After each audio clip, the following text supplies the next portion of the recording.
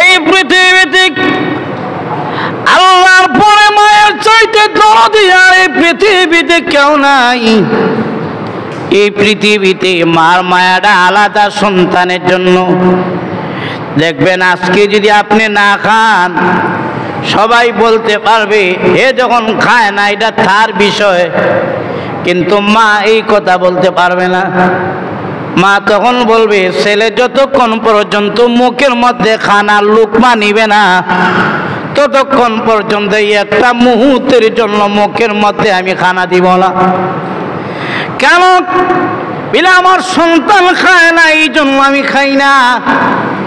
এমন একটা দরদ ভরা বুক মার অন্তরের মধ্যে আছে, দুনিয়ার আর কারো মধ্যে নাই। আরে কাঁদে ছিল অর্ধেক আল্লাহ নবী রাহমাতুল্লিল আলামিন জানিয়ে দিয়েছেন, ও দুনিয়ার পুরুষেরা, মায়ের জাতিকে কন্যা সন্তানকে হত্যা করো না। কারণ যেই মহিলার ঘরের মধ্যে প্রথম কন্যা সন্তান জন্মগ্রহণ করে, যেই মহিলার গর্ভের মধ্যে প্রথম সন্তান ঘরের মধ্যে চলে আসে, মহান আল্লাহ রাব্বুল আমিন ওই কন্যা সন্তান প্রথম আসার কারণে ওই ঘরকে মহান আল্লাহ তাআলা রহমত দিয়ে পরিবর্তন করে দেয়। আসসালামু আলাইকুম ওয়া রাহমাতুল্লাহি ওয়া বারাকাতুহু। আলহামদুলিল্লাহ নাহমাদুহু ওয়া নাস্তাঈনুহু ওয়া নাস্তাগফিরুহু ونؤمن به ونتوكل عليه ونعوذ بالله من شرور أنفسنا ومن سيئات أعمالنا من يهده الله فلا مضل له ومن يضلله فلا هادي له ونشهد أن لا إله إلا الله وحده لا شريك له ونشهد أن سيدنا وسندنا وحبيبنا ومولانا محمدا عبده ورسوله الذي أرسل إلى الناس كافة بشيرا ونذيرا وداعيا إلى الله بإذنه وسراجا منيرا. أما بعد فقد قال الله تعالى في كلامه المجيد والفرقانه الحميد: أعوذ بالله من الشيطان الرجيم. بسم الله الرحمن الرحيم. وإذا بشر أحدهم بالأنثى ظل وجهه مسودا وهو كظيم.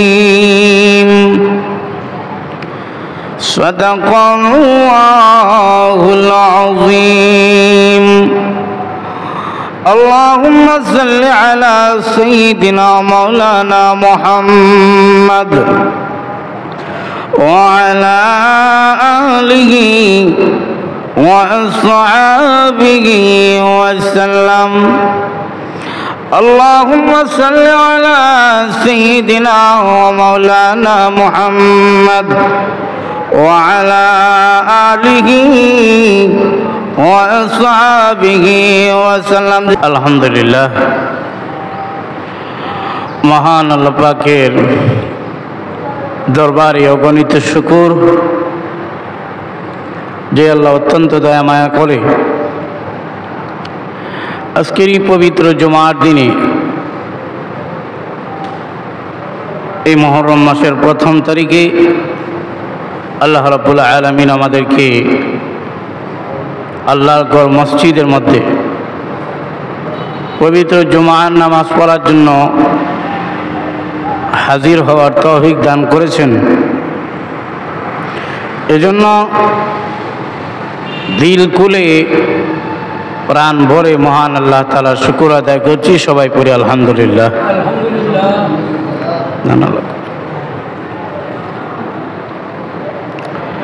আমি আপনাদের সামনে পবিত্র কোরআন শরীফের সূরাতুন নাহাল থেকে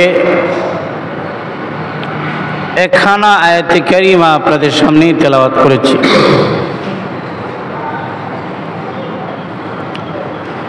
এই আয়াতকে সামনে রেখে যে বিষয়টা আপনাদের সামনে তুলে ধরতে চাই সেটা হলো নবীজি সাল্লাল্লাহু আলাইহি ওয়াসাল্লাম যখন এই পৃথিবীতে আসলেন তখন এই সময়টা ছিল জাহিলিয়া, মূর্খতায় ভরা। তখন জামানাটা ছিল আইয়ামে জাহিলিয়া, মূর্খ মানুষে প্রসিদ্ধ ছিল। আমাদের প্রসিদ্ধতা হলো শিক্ষা দিয়ে, আর তাদের প্রসিদ্ধতা ছিল মূর্খতা দিয়ে, খুনাখুনি দিয়ে। যে যত বেশি খারাপ কাজ করতে পারে তারাই ছিল প্রসিদ্ধ।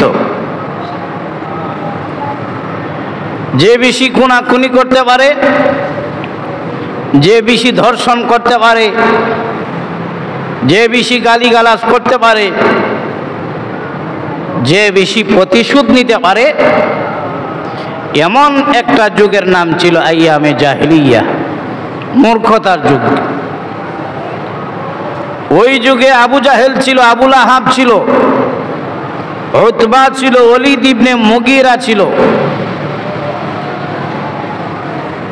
এমন একটা যুগে রাসূল সাল্লাল্লাহু আলাইহি ওয়াসাল্লাম এসেছেন যেই যুগের মধ্যে কন্যা সন্তান হলেই এই কন্যা সন্তানকে জীবিত দাফন করা হতো। মাটি চাপা দিয়ে এই কন্যা সন্তানকে মারা হতো। মহিলার যদি বাচ্চার বয়স যদি বড় হয়, এমন যুবতী মেয়েকে ধর্ষণ করে ঘোড়ার লেজের সাথে বেঁধে টেনে হেঁচড়ে তাকে এইভাবে লাঞ্ছিত করে, অপমানিত করে মৃত্যু দিত। এবং কাফেরের দলেরা, জাহিলিয়াতের যুগের লোকের দলেরা এই মহিলার এই অবস্থা দেখে হাসতো আর বলতো, মহিলার ইজ্জত লুণ্ঠন করলাম, সে কিভাবে মরে তাও দেখলাম। নাউজুবিল্লাহি মিন যালিক। ওই সময় কন্যা সন্তানের বাবা হওয়া এটা একটা কলঙ্কের বিষয় ছিল। তাই জীবন্তই মাটি চাপা দিয়ে ফেলত। বাবাও মনে করত যে কন্যা সন্তান এটা আমার জন্য বড় বিপদ, একটা বদনাম। কন্যা সন্তান বাবা নিজ হাতে মাটি চাপা দিয়ে রাখত। কেন? এটা লজ্জার বিষয়, কন্যা সন্তান আমার হয়েছে। এমন একটা যুগে রাসূল সাল্লাল্লাহু আলাইহি ওয়াসাল্লাম আয়েশা তাকায় দেখেন অবস্থা খুব খারাপ। এমনকি মানুষের মধ্যে জিদাজিদি, মারামারি, হিংসা বিদ্বেষ, খুনাখুনি এত বেশি ছিল বাবা যখন পৃথিবী থেকে বিদায় হয়ে যেত, বাবা তখন সন্তানকে বলে যাইত যে জিদাজিদির চরম পর্যায়ের প্রতিশোধ হইল,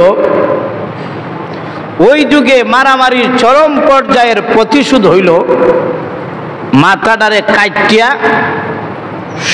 এরপরে এটার শুকাইয়া, এটার ভিতর থেকে সব বের কইরা এ মাথার টুলি দিয়া এটা বাস্কটা দিয়া মদ পান করত। এটা হলো জিদাজিদির চরম পর্যায়ের প্রতিশোধ। নাউজুবিল্লাহ কোন না, মাথাটা দেখা যায় এটার ভিতরে মদ ঢুকাইয়া মদ পান করতো। তারে মারলাম তো মারলাম, মাথার মগজ বার করলাম, এরপরে মাথার টুলি দিয়া মদ খায়। বাবা যদি না হারতো, ছেলেরে কইয়া যাইতো মৃত্যুর সময়, ওই ভুলা আমি মারা যাই, তবে তার সাথে আমি হারছি না, আমার জীবদ্দশায় তার সাথে আমি কিন্তু হারি নাই, তুই তারে দেখে নিস, তুইও তার সদ্য গোষ্ঠী মাইরা তারে মাইরা তার মাথার ঢুল দিয়া মদ পান করবি। নাউজুবিল্লাহ মিন যালিক। এটা বাবা তার সন্তানকে বলে যায়। চিন্তা করেন তো দেখি কেমন একটা যুগ। ওই যুগের মধ্যে মানুষের মধ্যে বর্বরতার মূর্খতার প্রভাব বেশি ছিল, বুদ্ধি ছিল কিন্তু আল্লাহর কোরআনের দ্বীন তাদের ভিতরে ছিল না। মাথায় বুদ্ধি ভরা পণ্ডিত, কিন্তু কোরআন নাই। আল্লাহ তাআলা রসুলকে পাঠাইলেন কোরআন দিয়ে। সুবহানাল্লাহ কন্যা।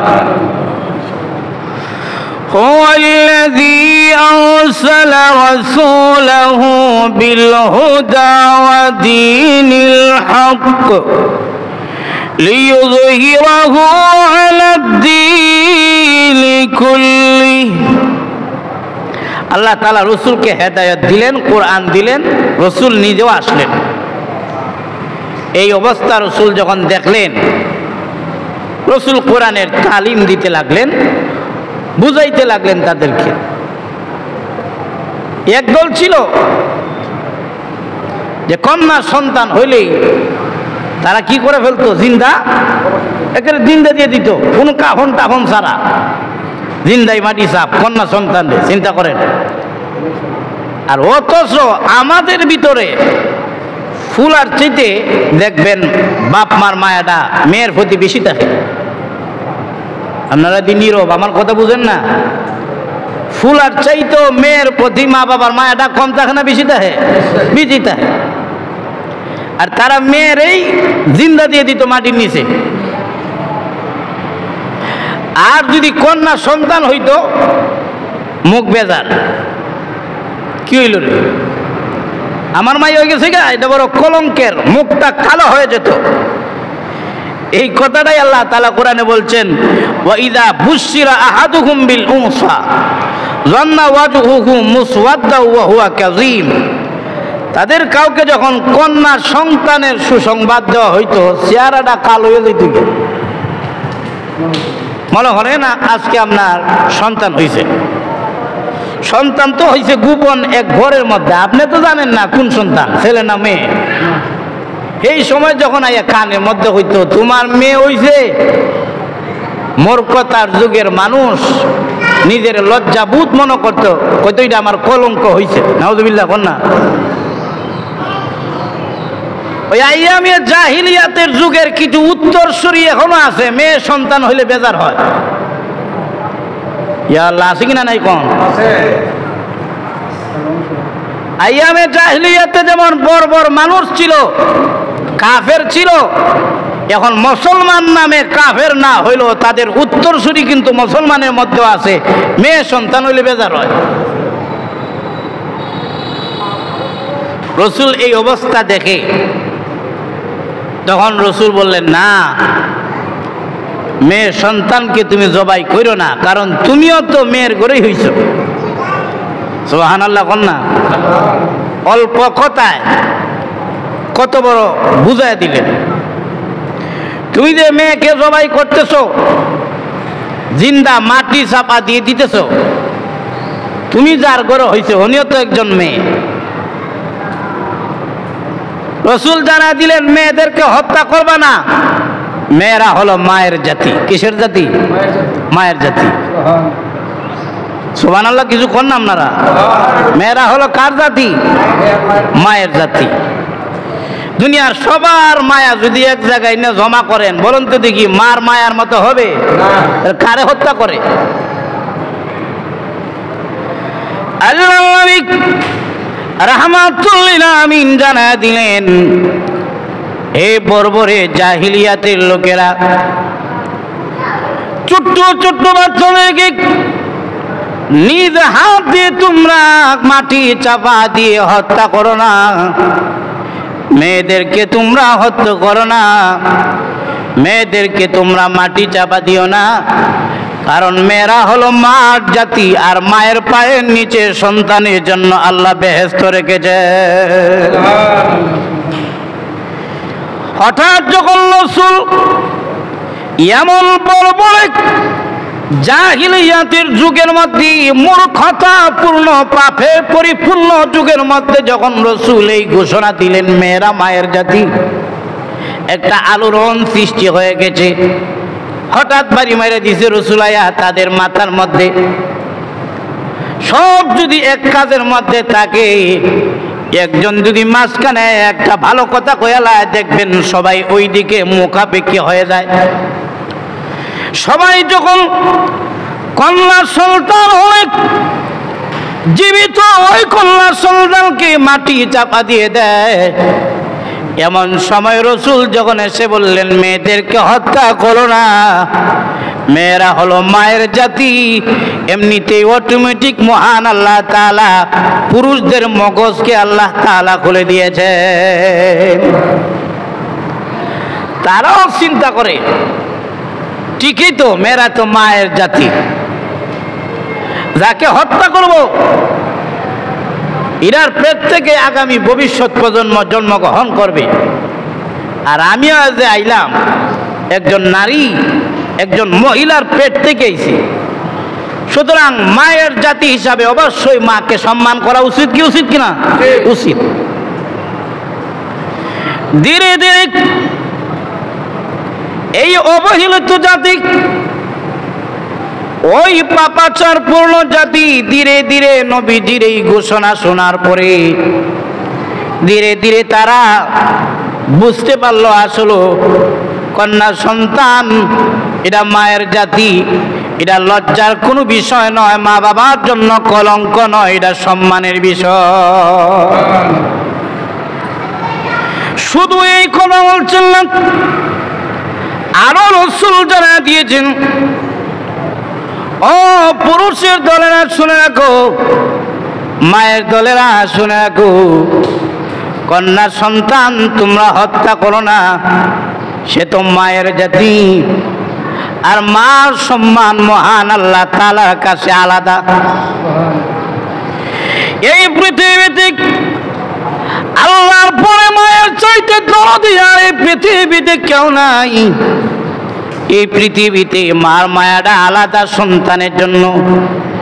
দেখবেন আজকে যদি আপনি না খান, সবাই বলতে পারবে এ যখন খায় না এটা তার বিষয়, কিন্তু মা এই কথা বলতে পারবে না।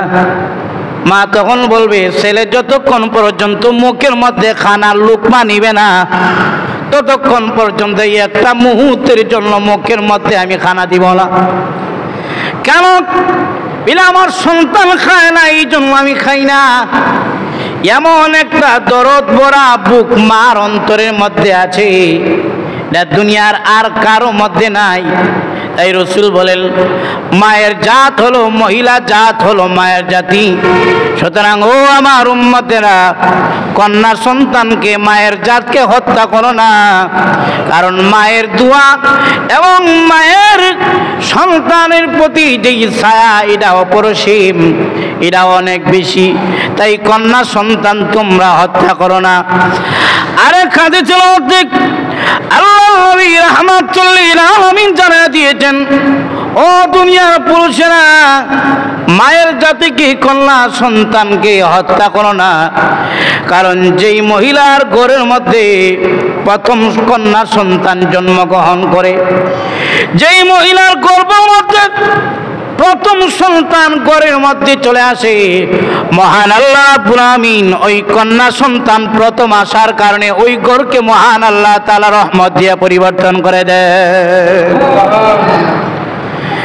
যেই লোকের প্রথম কন্যা সন্তান, যেই লোকের প্রথম কন্যা সন্তান জন্মগ্রহণ করে, ওই কন্যা সন্তান যখন জন্মগ্রহণ করে, ওই কন্যা সন্তান দুনিয়াতে আসার পরে ওই ঘরের মধ্যে আল্লাহর রহমতের ফেরেশতারা এসে আগমন করে এবং এই কন্যা সন্তানের মাথা এবং তার কপাল হাতাইতে থাকে ফেরেশতারা, আর বলতে থাকে আল্লাহ এক দুর্বল মহিলার ঘর থেকে আর একটা দুর্বল মহিলা বের হয়েছে, কন্যা সন্তান বের হয়েছে। ফেরেশতারা দোয়া করেন আল্লাহ এই কন্যা সন্তানের বরকতে আপনি মহান আল্লাহ তাআলা এই ঘরের মধ্যে বরকত দিয়ে পরিপূর্ণ করে দেন। চিন্তা করেন মায়ের জাতি কন্যা সন্তান যখন কোন গর্ভে থেকে বের হয় ঘরের মধ্যে আসে, খুশি হয়ে যান কে? আর যখন না কে খুশি হয়ে যান? ওই কন্যা সন্তান আসার পরে তখন ফেরেশতাও আগমন করে ওই কন্যা সন্তানের মাথায় হাত রেখে, কপালে হাত রেখে ওই বাচ্চার জন্য এবং বাচ্চার পরিবারের জন্য দোয়া করতে থাকে। সুবহানাল্লাহ। শুধু এগুলোই না, নামাজ পড়লে জান্নাত ওয়াজিব, কোনো হাদিস নাই। রোজা রাখলে জান্নাত ওয়াজিব হয়ে যাবে, কোনো হাদিস নাই। হজ করলে ডাইরেক্ট জান্নাত ওয়াজিব হয়ে যাবে, কোনো হাদিস নাই। নামাজ আপনি পড়েছেন কবুল হতেও পারে, নাও হতে পারে। রোজা আপনি রেখেছেন কবুল হতেও পারে, নাও হতে পারে। হজ আপনি করেছেন, যাকাত আপনি দিয়েছেন, কবুল হতে পারে, নাও হতে পারে। কিন্তু আল্লাহ নবী জানা দিয়েছেন উম্মতের দলেরারে, কোন মহিলার ঘর থেকে যদি 3টা অথবা 2টা প্রথম কন্যা সন্তান জন্মগ্রহণ করে, আর মা বাবা যদি ওই কন্যা সন্তানকে ভালোভাবে লালন পালন করে, যদি নেককার স্বামী দেখে, যদি ওই তার মেয়েকে নেককার মেয়েটাকে নেককার স্বামী দেখে বিবাহ দেয়, ওই কন্যা সন্তানের মা বাবার জন্য মহান আল্লাহ রাব্বুল আলামিন জান্নাতটাই ওয়াজিব করে দেয়। কত বড় কথা চিন্তা করে।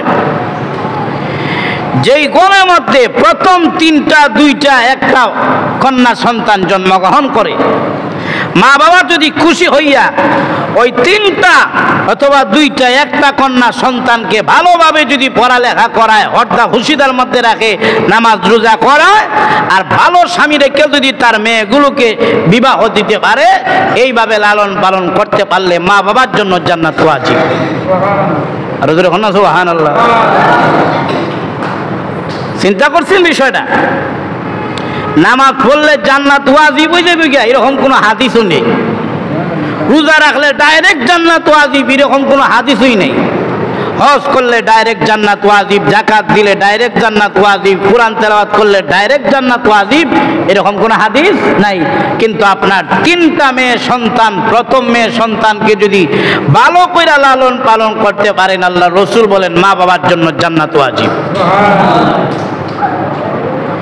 এরপরও অনেকে গাবরা জায়গা, চিন্তা হইরে জায়গা, আমরা অনেকেই আরে জান্নাত ওয়াজিব হইব কি হইব না ঠিক নাই,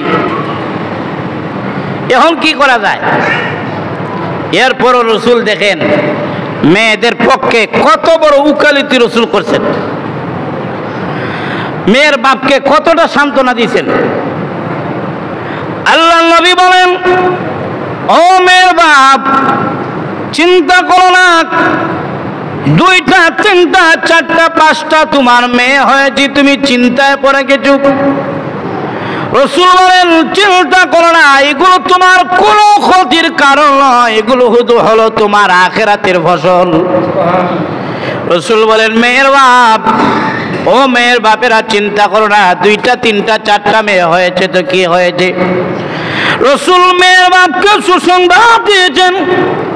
আর নবীজি বলেছেন, ও মেয়ের বাপেরা, মেয়ের মায়েরা শুনে রাখো, আমি রাসূলের এই দুইটা আঙ্গুল যত কাছে মেয়ের বাপ এবং মা, আমি রাসূলের জান্নাতের এত কাছাকাছি হবে। চিন্তা করেন কত বড় ঘোষণা। রাসূল বলেন, ও মেয়ের বাপেরা, ঘাবড়ায় যাও না। মেয়ের বাপ হয়েছে আল্লাহ, তুমি বিপদ ফেলা দিছ। রাসূল বলেন, ঘাবড়ায় না, চিন্তিত হয় না। রাসূল বললেন, ও মেয়ের বাপ, তুমিও মেয়ের বাপ, আমি নবীজিও মেয়ের বাপ। সুবহানাল্লাহ বললা। নবীজির ছেলেগুলা পৃথিবীতে আসার কিছুদিন পরে, কয়েক বছর পরে মারা গেছে। রাসূল বলেন, আমিও মেয়ের বাপ, তুমিও মেয়ের বাপ। আঙ্গুল যত কাছে মেয়ের বাপগুলো আমি রাসূলের সাথে জান্নাতে তো কাছাকাছি থাকবে। এর চাইতে বড় সুসংবাদ কি আর হতে পারে? আর যখন আর হতে পারে নাকি? না। কত বড় ঘোষণা। রাসূল বলেন, ও মেয়ের বাপ, চিন্তার কি দরকার? 5টা 6টা 7টা মেয়ে হয়েছে তো আল্লাহই তো দিছে, আলহামদুলিল্লাহ কও। এমন তো না যে এই মেয়েগুলোকে তুমি খাওয়াইতে গিয়ে তুমি ফকির হয়ে যাবে, আল্লাহ ফকির হয়ে যাবে, আমার সব সম্পদ শেষ হয়ে যাবে। না, বলে না, মেয়ের বাপ যারা, আল্লাহ তাআলা তাদেরকে হতাশ করবেন না।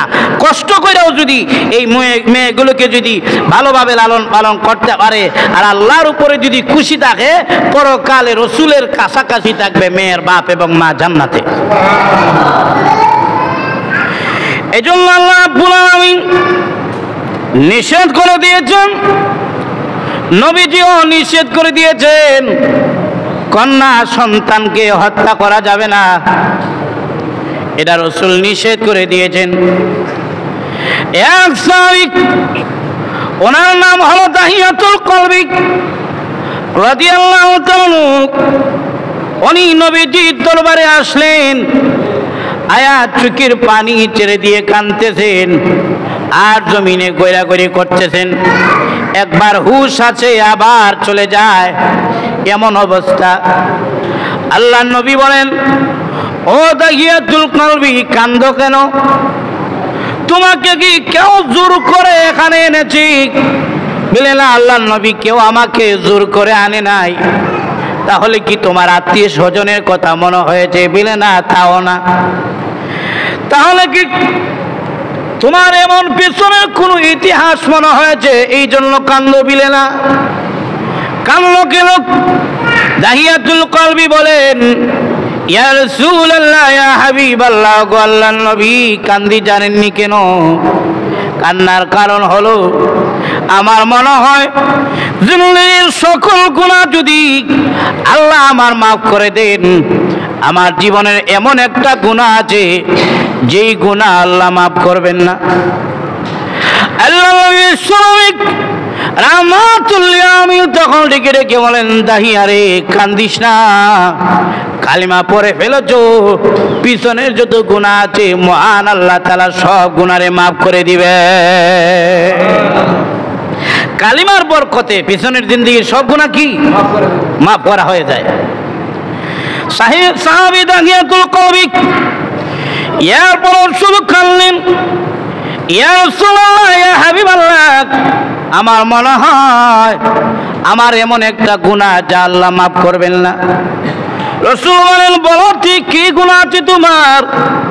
দাহিয়াতুল কলবি বলেন, ইয়া রাসূলুল্লাহ, ওগো নবীজি, আমি মুসলমান হওয়ার আগে টাটকা একটা কাফের ছিলাম। আমার কাজই ছিল বাচ্চাদেরকে মাটি চাপা দেওয়া, হত্যা করা। ওগো নবী, এক পর্যায়ে আমি ব্যবসার জন্য চলে যাব সিরিয়ায়, ব্যবসা করার জন্য যাব। আমার স্ত্রীর পেটের মধ্যে আমার বাচ্চা, কি বাচ্চা হবে আমি তো তা জানি না। আমি আমার স্ত্রীকে বলে গেলাম, স্ত্রী, তোমার পেটের সন্তান যদি ছেলের সন্তান হয়, মর্যাদা দিয়ে আদর সোহাগ দিয়ে তাকে বড় করবা। আর এই সন্তান যদি কন্যা সন্তান হয়, তাকে তাহলে নিজের হাতে তুমি তাকে মাটি চাপা দিয়ে ফেলবে। কন্যা সন্তান হলে মাটি চাপা দিবা, আর ছেলে হলে তাকে সম্মান দিয়ে সুন্দর করে লালন পালন করবা। এই কথা বলে আমি চলে গেলাম সিরিয়ায় ব্যবসা করার জন্য। আমার স্ত্রীকে বাড়িতে রেখে গেলাম। আমার স্ত্রীর পেট থেকে, গর্ভ থেকে একটা মেয়ে সন্তান জন্মগ্রহণ করেছে, কিন্তু আমি তা জানি না, আমি তো ব্যস্ত আছি। আমার ওই মেয়েটাকে আমার স্ত্রী তার বাবার বাড়িতে লালন পালন করলো। আমি ব্যবসা থেকে আসলাম, সিরিয়া থেকে আসার পরে তাকায় দেখি আমার মেয়ে, আমার স্ত্রী একা। জিজ্ঞাসা করলাম আমার সন্তান কোথায়? বলে বাবার বাড়ি আছে। আমার সন্তানকে আমার স্ত্রী বাবার বাড়ি থেকে আনলো। আমি তাকায় দেখি কোন ছেলের সন্তান নয়, এটা আমার মেয়ে সন্তান। একটা ফুটফুটা চাঁদের টুকরা আমার দরজার সামনে দাঁড়ায় আব্বা বলে ডাক দিয়েছে। কিন্তু আমি কত নির্দয়, আমি কত পাষাণ্য, আমার অন্তরের মধ্যে এই মায়ের জন্য কোনো মায়া লাগে না। আমি একবার দেখা মাত্রই আমার মনের মধ্যে এই কথাটা উদয় হয়েছে, মেয়ের সন্তান আমার জন্য কলঙ্ক। আমি না নিজের হাতে বাচ্চাগুলোরে মাটি চাপা দেই, আমার ওই দি মেয়ের সন্তান, সুতরাং এটা তো আরো বড় কলঙ্ক। গিয়ে বললাম স্ত্রী, তোমাকে না বললাম মেয়ে সন্তান হলেই তাকে মাটি চাপা দিবা, কিন্তু তুমি দিলা না কেন? স্ত্রী ডাক দিয়ে বললেন, স্বামী গো, এত সুন্দর চেহারার সন্তানকে কেমনে আমি মা নিজের হাতে মাটি চাপা দেই? এই যে আপনার মেয়ের সন্তান দেখেন, মেয়ের সন্তানটা কালো নয়, মিডিয়ামও নয়, একেবারে উপরের পর্যায়ে সুন্দর, আপনার মতো সুন্দর। দাহিয়াতুল কলবি রাদিয়াল্লাহু তাআলা, চারজন সুন্দরের মধ্যে একজন ছিলেন দাহিয়াতুল কলবি। তার সুরত ধরে জিবরাইল আলাইহিস সালাম আসতেন, এমন সুন্দর। স্ত্রী ডাক দিলেন, স্বামী আপনার কালারের মেয়েটারে কিভাবে আমি নিজ হাত দিয়ে দাফন করি? পারি নাই গো, বড় মায়া লেগে গেছে। এমনি স্বামী আর কোনো কথা বললেন না, কিন্তু মনে মনে নিয়ত করে ফেলেছেন, কলঙ্কের কন্যা সন্তান বাড়িতে রাখবো না, তাকে নিয়ে যাব, তাকে আমি হত্যা করতেই হবে। যেরকম নাউজুবিল্লাহ। চিন্তা করেন, মা বোনদেরকে রাসূল কোন গর্ত থেকে উদ্ধার করেছেন, কেমন বিপদ থেকে আল্লাহ তাআলা মা বোনদেরকে উদ্ধার করেছেন। গর্ত থেকে মা বোনদেরকে উদ্ধার করে রাসূল মায়ের স্থান দিয়েছেন। আজকে ওই মা বোনেরাই নিজে নিজে চরিত্র হারায়া পর্দা না করে জাহান্নামের গর্তের দিকে ধাবিত হয়ে যাচ্ছে। ইসলাম মানে না, পর্দা মানে না, নামাজ নাই, পাক পবিত্রতা মা বোনদের মধ্যে নাই। কিন্তু ইসলামের প্রাথমিক যুগে মা বোনদেরকে হত্যা করা হতো, জীবন্ত মাটি চাপা দেওয়া হতো। দাহিয়াতুল কলবি বলেন, আমি মনে মনে বড় শরম পাইলাম, আমি হইলাম মেয়ের বাপ, এটা মনে মনে শরম। তাই কিছুদিন পরে আমি আমার স্ত্রীকে বললাম, আমি আমার বাচ্চাকে নানার বাড়িতে নিয়ে যাব, বাচ্চাকে রেডি করে দাও। স্ত্রী তার মেয়ের সন্তানটাকে সুন্দর করে গোসল করাইয়া, তাকে সাজায়া, সুন্দর করে জামা কাপড় দিয়ে সাজায়া বাবার সাথে রেডি করে দিলেন। কিন্তু মায়ের মন তো সবার আগে কান্দে। কোনো সন্তান যদি বিপদে পড়ে, কেউ না জানলেও মার কলিজার মধ্যে কেমন জানি বাড়ি লাগে। মা, এটা কিন্তু পরিষ্কারভাবে জানা আছে, এটা সাধু মানুষের যুগ নয়, এটা জাহিলিয়াতের মানুষের যুগ। কন্যা সন্তানকে দাফন করার, মাটি চাপা দেওয়ার যুগ। আমার স্বামী এতটা কোনো ভালো মানুষ না যে আমার মেয়েটারে যে লইয়া গেলেন আদরে আবার নিয়ে আসবেন। মা সন্তানের রাস্তার দিকে তাকায় তাকায় কান্দেন। বাচ্চাকে খুলে নিয়ে বাবা নানার বাড়ির কথা বলে নিয়ে যাচ্ছেন। যেতে যেতে নানার বাড়ি কোথায় বোঝা যায় জানি, পথ হারায়া এক জঙ্গলের দিকে চলে গেছে। মেয়ে বলতেছেন, আব্বা একবার দুইবার না, 5-7 বছরের ভিতরে বারবার আমি আমার নানার বাড়ি গিয়েছি, কিন্তু এত জঙ্গলের রাস্তা না, এই রাস্তা তো আমার নানার বাড়ির রাস্তা না, আব্বা কোথায় নিয়ে যান? বাবা ধমক দিয়ে বলে, কথা বলবি না, চুপ থাক। নানার বাড়ির কথা বলে নিতে নিতে জঙ্গলের এক গভীর স্থানের মধ্যে নিয়ে যাওয়া হলো। হযরত দাহিয়াতুল কলবি নবীজির কাছে ইতিহাস বলতেছেন, আল্লাহ নবী গো, যেতে যেতে নিয়ে গেলাম এক গভীর জঙ্গলের মধ্যে, নিয়ে আমার মেয়েকে এক জায়গার মধ্যে বসিয়ে রাখলাম, আর বললাম, রে মেয়ে, কোনো কথা বলবি না, চুপ করে দাঁড়ায় থাক। আর আমি একটা কোদাল হাতের মধ্যে নিয়ে মাটি খনন করতে লাগলাম, গর্ত করতে লাগলাম। গর্ত যে করতে লাগতেছি, মাটি টান দিলে তারই মধ্যে আমার মাটি ভরে যায়। মেয়েটা কত মায়ালু, কত দয়ার, কত মায়ার মেয়ে, কলিজার টুকরা মেয়ে, বলে দাড়ি থেকে মাটিগুলো সরাই দিয়ে বলে, আব্বা গো, এত কষ্ট করতেছেন কেন? আমি আবার ধাক্কা দিয়ে ফেলে দেই। এক পর্যায়ে আমার ছোট্ট মেয়েটা বুঝতে পারলো বাবার নানার বাড়ি নিবে না, আমাকে মেরে ফেলবে। আমি বুঝতে পারলাম, ডাক দিয়ে বললাম, আব্বা গো, নানার বাড়ি নিবেন না, মারবার বুদ্ধি করছেন, আমারে মাইরেন না, কেন মারবেন? ও বাবা, আমি যদি আপনাকে আব্বা আব্বা বলে ডাক দিলে যদি আপনার কলঙ্ক হয়, আর জিন্দেগিতে কোনোদিন আপনাকে আমি আব্বা বলে স্বীকার করব না। আমি যদি আব্বা আব্বা বললে যদি আপনার খারাপ লাগে, আর আব্বা ডাকবো না, বহু দূরে আমি চলে যাব, আমারে মানেন না, আমাকে যদি মারেন আমার মার সহ্য হবে না। হযরত দাহিয়াতুল কলবি বলেন, অগলবেজি, পশুত্ব এমন আমার ভিতরে এসেছি, কলিজার টুকরা সন্তানের কান্না শুনেও আমার মায়া লাগে না। আর এমনিতে দুনিয়াতে দেখবেন, সন্তান যদি কান্দে, সন্তানের মায়া দেখে, কান্না দেখে বাবাও কান্দে, মাও কান্দে, ভাইও কান্দে, বোনেরাও কান্দে, আত্মীয় স্বজন কান্দে। কিন্তু আল্লাহ নবী, মানুষ হত্যা করতে করতে এমন পশু আমি হয়ে গিয়েছি, আমার সন্তানের কান্না দেখেও মায়া লাগে না।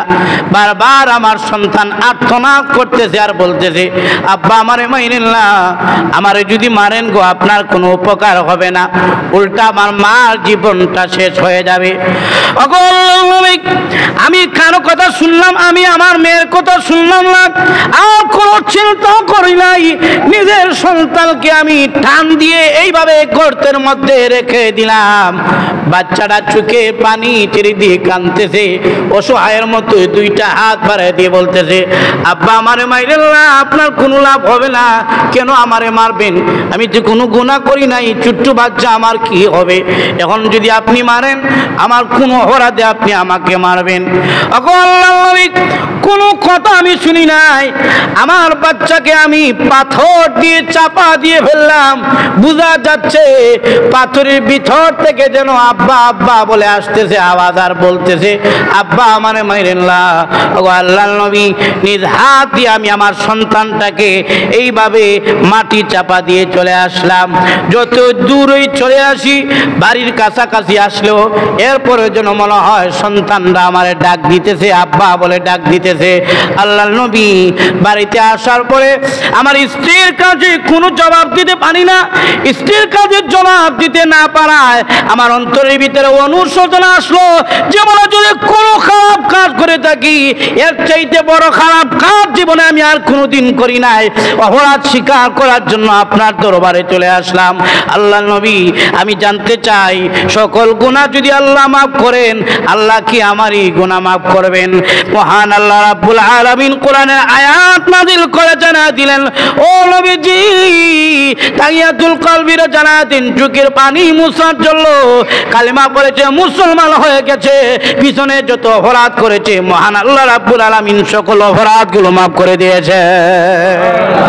তো সন্তান মা বাবার জন্য সৌরভ, সন্তান মেয়ে সন্তান মা বাবার জন্য সৌরভ, মেয়ে সন্তান মা বাবার জন্য অহংকার, মেয়ে সন্তান মা বাবার জন্য অলংকার।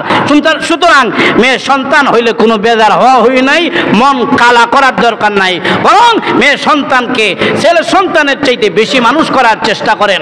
সুন্দর করে আমল শিখান, সুন্দর করে কোরআন তেলাওয়াত শিখান, আর ভালো স্বামী দেখে বিবাহ দেন, রসুলের সাথে জান্নাতে দেখা নসিব হয়ে যাবে।